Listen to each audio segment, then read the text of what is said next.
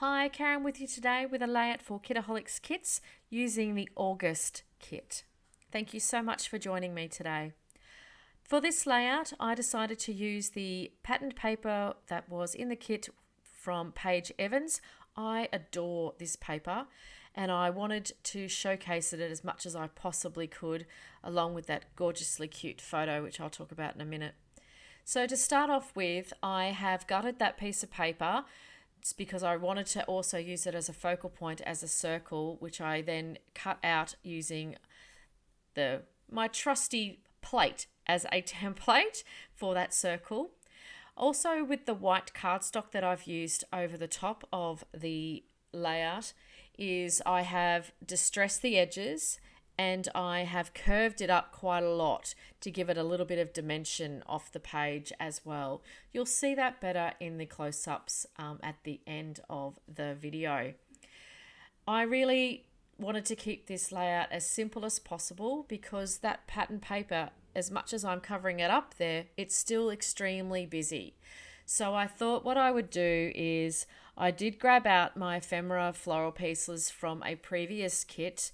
I think this came in the June kit, the Paige Evans floral ephemera, and I've pulled that out to give a little bit of yellow of that colour, and I had some leftover pattern paper from the Vicky Bouton sheet, and I fussy cut out those flowers as well. Along with the flowers, what I also did to give some dimension on the page, I have curled the petals up. So I've done that with my fingers and a pencil as well, a little bit off screen as I was fiddling to see how high I could get them, just to give that dimension. I have done that with the blue flowers as well, and you'll be able to see that a lot more in the close-ups, but I really love how it just gave that little bit of a pop on the page against that pattern paper as well. I've added some butterflies into the mix as well. I mean, nothing like a butterfly for a dreamy photo, I think. So this is a photo of my nephew. Most of you would be well versed by now. This is one of my nephews. This is Oliver, the elder one. I don't know when this photo was taken. He's just turned 17. This is sitting in a box of loose photos that I've had printed for years that I can't imagine I will ever finish scrapping. So I found this the other day when I was looking for actually a completely different photo, and I thought, oh, I have to scrap this photo. He was obviously playing on the grass and decided that he needed a bit of a nap. So he's dreaming off into dreamland there. So I couldn't resist scrapping that one. I also, getting back to the layout, I grabbed one of the stickers from the sticker sheet here, one of the labels, and place that under, and I thought that would form up part of my title. So I do pull out the Maggie Holmes stamp set that we got as part of the kit this month, and I used one of the little titles.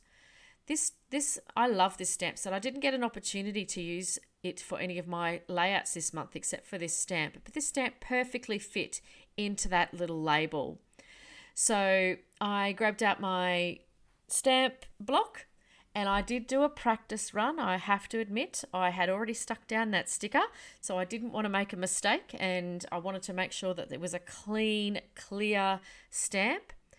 I often messy stamp. I don't do a lot of fine work with stamps, so I've had a little bit of a practice there, and it stamps beautifully. It cuts so beautifully, and even though those letters are really tiny.